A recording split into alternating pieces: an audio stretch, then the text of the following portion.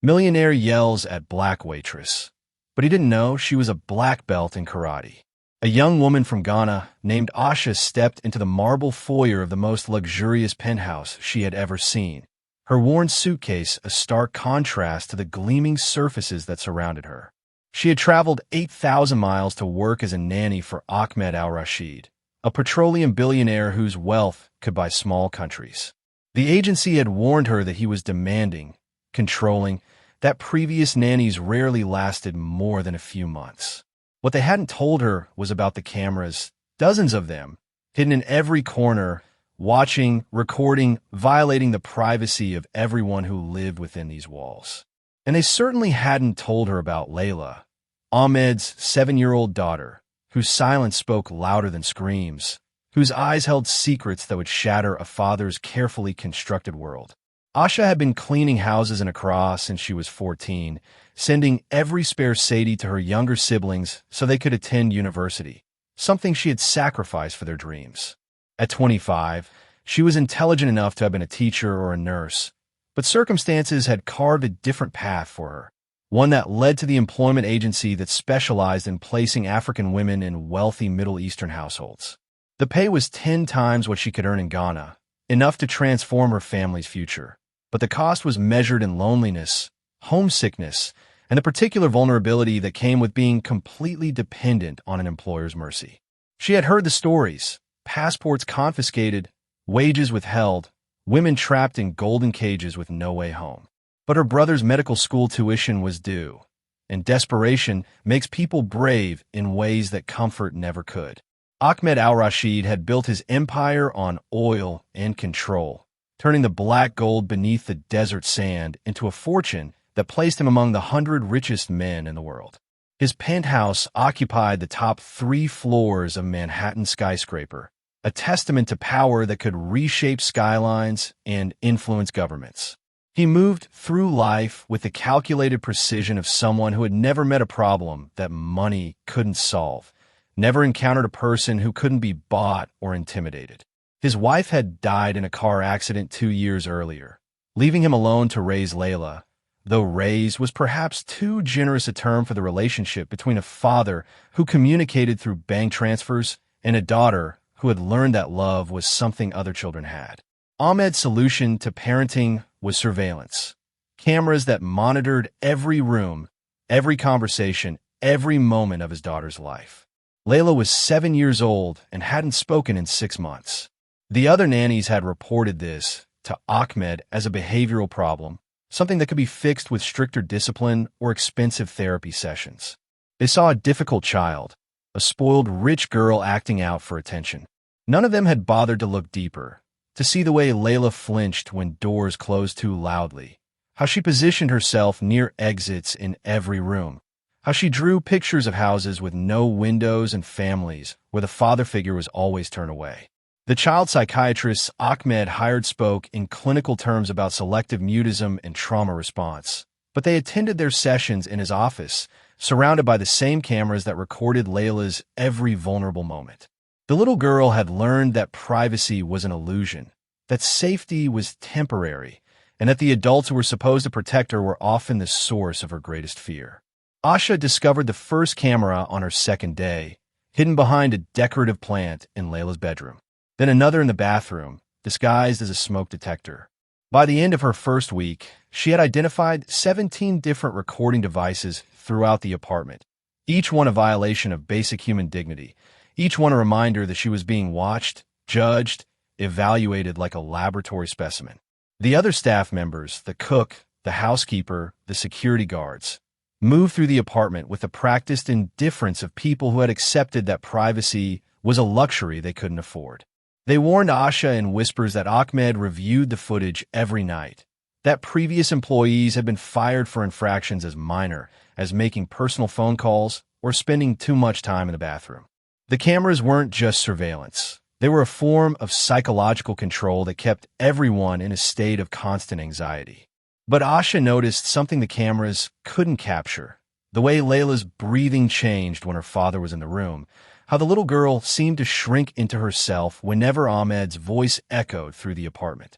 She saw how Layla positioned her stuffed animals like sentries around her bed, creating barriers against threats only she could see. During their first week together, Asha spoke to Layla in English, Arabic, and even basic French, trying to find a language that might unlock the silence. It was only when she began humming a Ghanaian lullaby her own mother had sung to her that Layla looked up from her coloring book, her dark eyes wide with something that might have been recognition.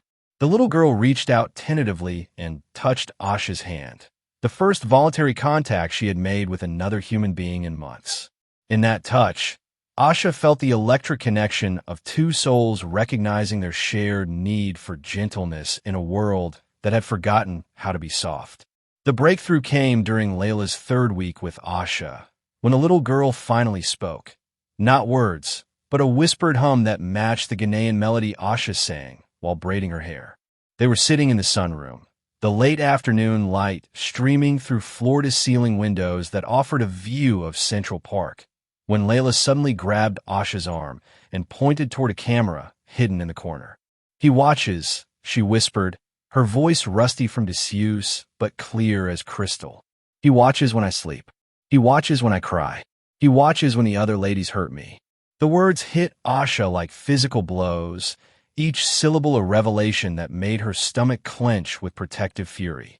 She pulled Layla close, shielding her from the camera's electronic gaze, and felt the little girl's body shake with the relief of finally being believed, finally being heard by someone who wouldn't dismiss her truth as childish imagination. That night, Asha couldn't sleep. She lay in her small servant's quarters, staring at the ceiling and trying to process what Layla had revealed. The other ladies the child had mentioned were the previous nannies, women Ahmed had hired and fired with mechanical regularity, women who had left behind a trail of trauma that Layla was still carrying. Asha realized that the cameras weren't just invasive, they were enabling something far more sinister. Ahmed used the surveillance footage to monitor not just his employees' efficiency, but their interactions with his daughter, their moments of frustration or fatigue. Any nanny who grew too close to Layla, who might serve as a witness to whatever was happening in this house, was quickly replaced. The constant turnover ensured that Layla never had the chance to form lasting attachments, never had the opportunity to tell a trusted adult about the ways she was being hurt. The next morning, Asha began her investigation with the careful precision of someone who understood that one wrong move could result in deportation, unemployment, and the destruction of her family's future. She started documenting everything: the locations of cameras, the times when Ahmed reviewed footage, the patterns of behavior that had led to previous nannies being dismissed.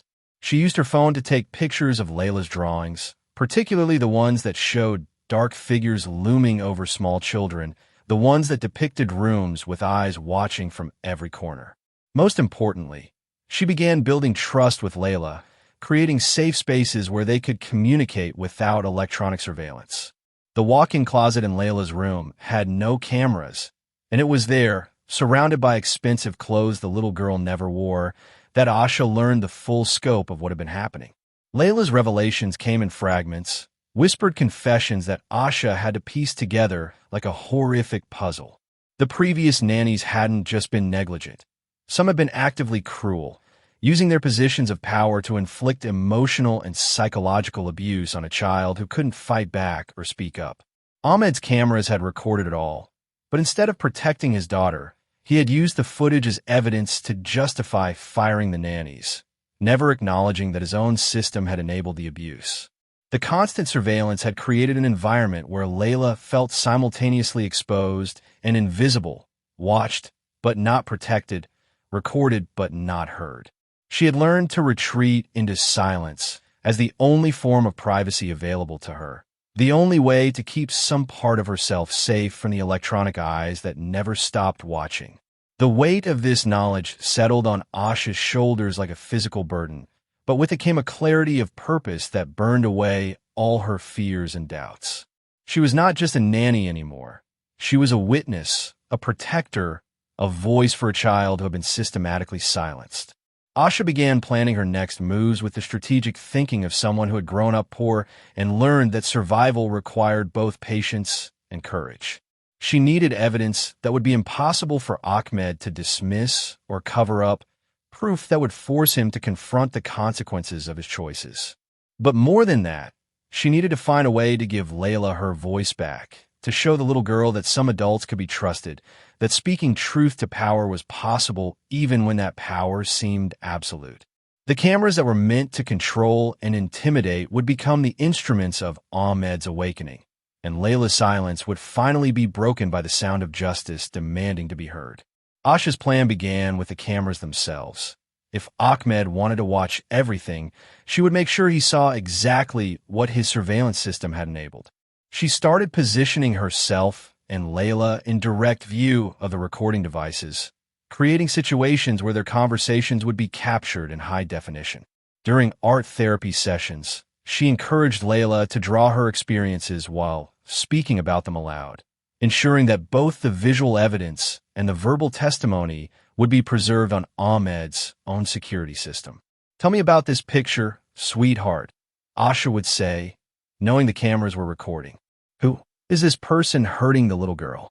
Layla's responses were heartbreaking in their clarity. Detailed descriptions of emotional manipulation, psychological abuse, and the systematic destruction of a child's sense of safety, all preserved in digital format on servers that Ahmed monitored obsessively. The transformation in Layla was remarkable once she realized that Asha believed her, that her words had power and weight. The little girl who had been silent for months began speaking in torrents, as if years of suppressed communication were finally breaking free. She described nights when previous nannies had locked her in closets as punishment, days when they had withheld food to teach her discipline, moments when they had told her that her mother's death was her fault for being too difficult to love. Each revelation was captured by the very surveillance system that was supposed to protect her, creating an irrefutable record of systematic child abuse that had been happening under Ahmed's own roof. Asha made sure every conversation happened in view of the cameras, turning Ahmed's tool of control into an instrument of accountability. Meanwhile, Ahmed continued his nightly routine of reviewing security footage, fast-forwarding through hours of mundane domestic activity to check for any signs of employee misconduct. He noticed that the new nanny seemed unusually attentive to Layla, that his daughter appeared to be speaking more, but he attributed this to Asha's superior qualifications rather than any fundamental problem with his parenting approach. Ahmed had convinced himself that the previous nanny's failures were isolated incidents, character flaws in individuals rather than symptoms of a toxic system he had created. He fast-forwarded through most of Layla's art sessions, missing the content of her drawings and the significance of her words. The man who watched everything was seeing nothing that mattered, blinded by his own assumptions about his role as a father and protector. Asha also began documenting the psychological impact of constant surveillance on Layla's development. She encouraged the little girl to express her feelings about the cameras, to describe what it felt like to never have privacy, to always be watched and judged. "Sometimes I pretend I'm invisible," Layla told her during one recorded session. "I pretend the cameras can't see me, but they always can. Even when I'm sleeping, even when I'm sad, even when I want to be alone with my mommy's picture." The child's words were devastating in their insight, revealing how the surveillance had stripped away her sense of personal autonomy and created a chronic state of hypervigilance that was affecting her psychological development. Asha made sure these conversations happened where the cameras could capture them, building a case for emotional abuse that Ahmed himself was unknowingly compiling. The final piece of Asha's strategy involved creating a situation where Ahmed will be forced to watch the footage he had been ignoring. She arranged for Layla to have what appeared to be a breakdown during one of their sessions, a carefully orchestrated moment where the little girl would reveal everything she had been carrying, the abuse, the trauma, the fear, and the desperate need for a father who would protect rather than surveil. "I want my daddy to love me," Layla cried into the camera, her words echoing with the pain of a child who had been failed by every adult in her life. "I want him to make the cameras go away. I want him to make the hurt stop. I want him to believe me when I tell him what happened." The performance was heartbreaking because it wasn't really a performance. It was a little girl's genuine plea for love and protection, delivered directly to the father who had the power to provide both, but had chosen surveillance over connection, control over care. Ahmed was reviewing that night's footage when Layla's breakdown stopped him cold, her words cutting through his distraction like shards of glass. For the first time in months, he rewound the recording, watching his daughter's pain with the full attention he had never given her in person. The little girl's anguish was raw and real, but more troubling were her specific references to previous nannies, to incidents Ahmed had dismissed as disciplinary issues or personality conflicts. He began scrolling back through archived footage, looking for the conversations he had fast-forwarded through, the art sessions he had considered irrelevant. What he found shattered every assumption he had made about his daughter's life, his employees, and his own role as a father. Hours of recorded evidence showed systematic abuse happening under his own roof, captured by the very cameras he had installed for protection. The revelation hit Ahmed like a physical assault, each piece of evidence a blow to his carefully constructed self-image as a protective father. He watched footage of Layla being locked in dark rooms, saw nannies withholding food and affection, witnessed the systematic destruction of his daughter's spirit by people he had hired to care for her. But worse than the abuse itself was the realization that Layla had been trying to tell him for months, through her drawings, her behavior, her desperate attempts to communicate her pain.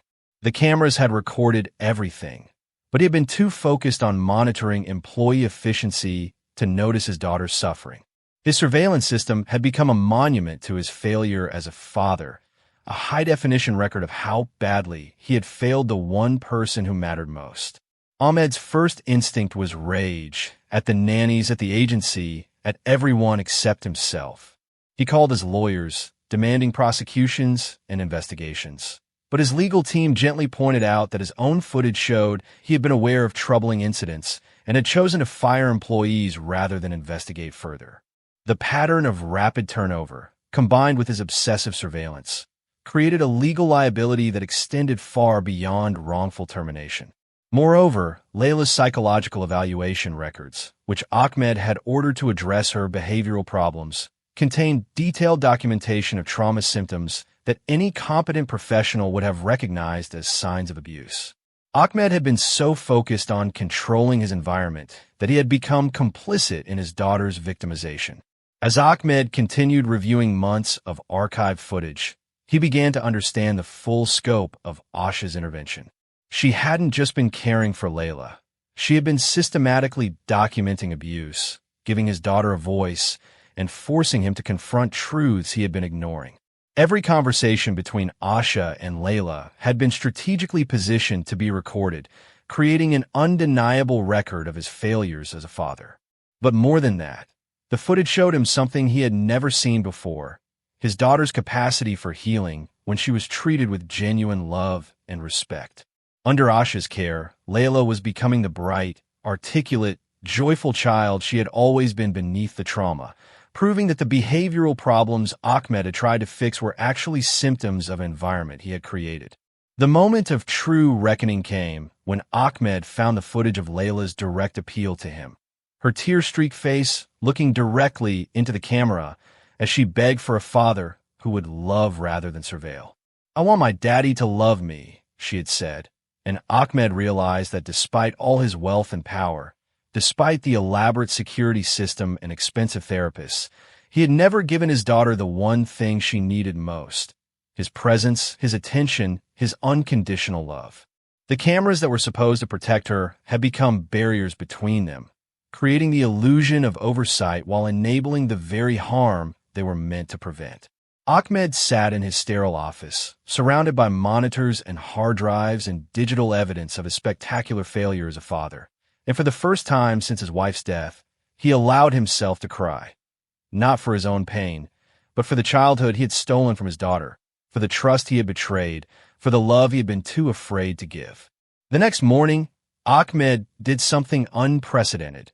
He disconnected every camera in the apartment, personally removing each device and smashing them with a golf club in front of Layla, who watched with wide eyes as her father destroyed the electronic sentinels that had monitored her every moment.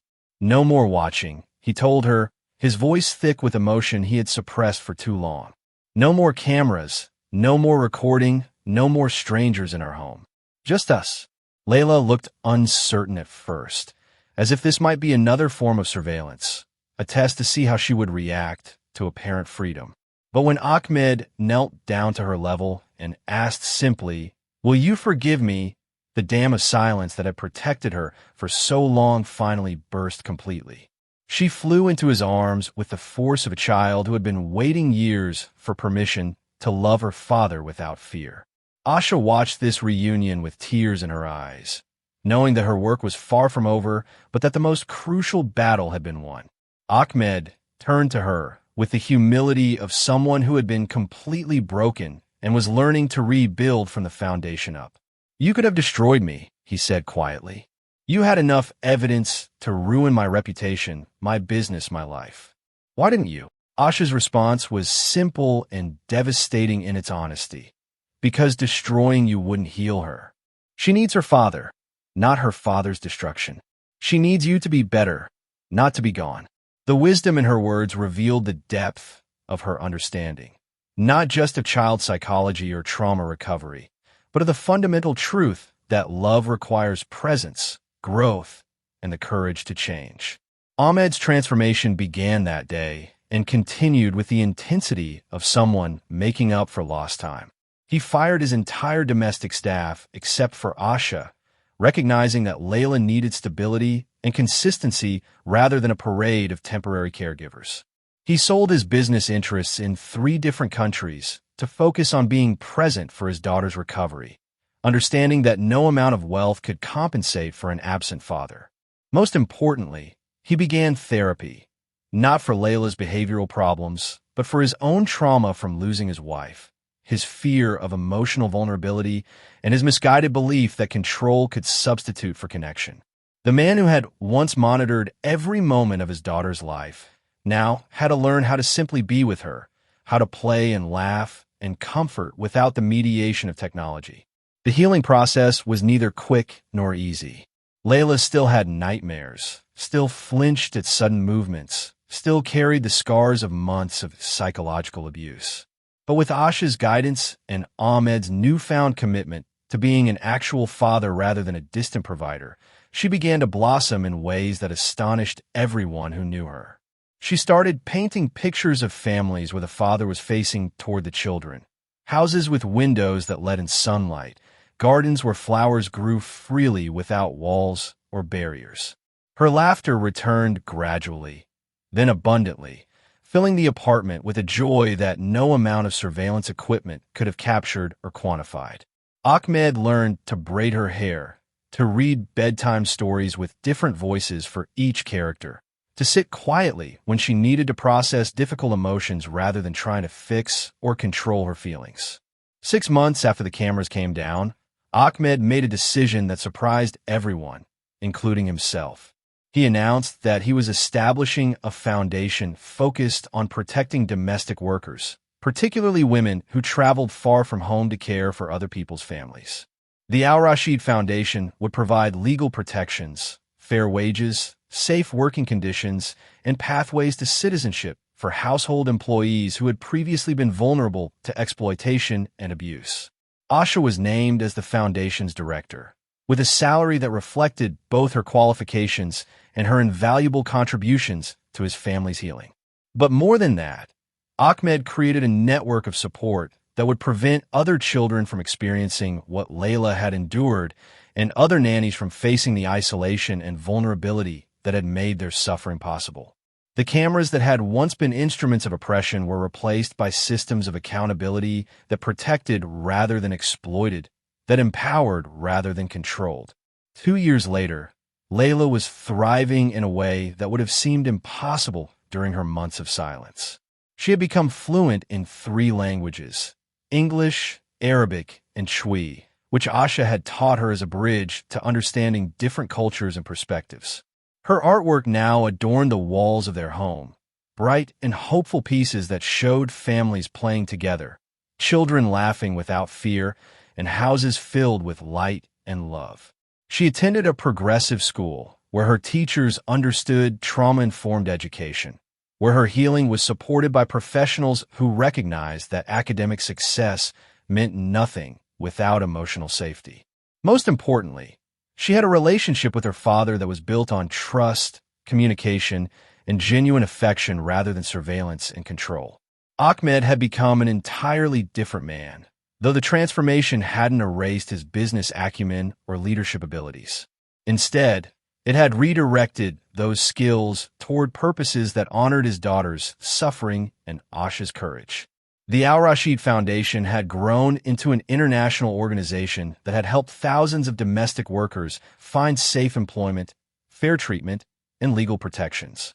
Ahmed spoke at conferences about corporate responsibility and child welfare, sharing his story as a cautionary tale about the dangers of prioritizing control over connection. He had learned that true power came not from the ability to monitor and manipulate, but from the capacity to love unconditionally and trust completely. His business empire remained profitable, but its purpose had been transformed from pure wealth accumulation to creating positive change in the world. Asha had become more than just Layla's nanny. She was family in every way that mattered. Ahmed had helped her bring her siblings to America, where they excelled in universities that had once seemed impossibly beyond their reach. Her youngest brother was studying pediatric medicine, inspired by his sister's example of how one person's courage could save a child's life. Asha herself had enrolled in a master's program in social work, preparing to expand her ability to help vulnerable children and families. The foundation office was located in their apartment building, allowing her to maintain her close relationship with Layla while building a career that would impact thousands of other families. She had kept every one of Layla's drawings from the dark period, not as reminders of trauma, but as evidence of the human capacity for healing and growth. The apartment that had once been a maze of surveillance equipment was now filled with laughter, music, and the comfortable chaos of a family that actually enjoyed being together.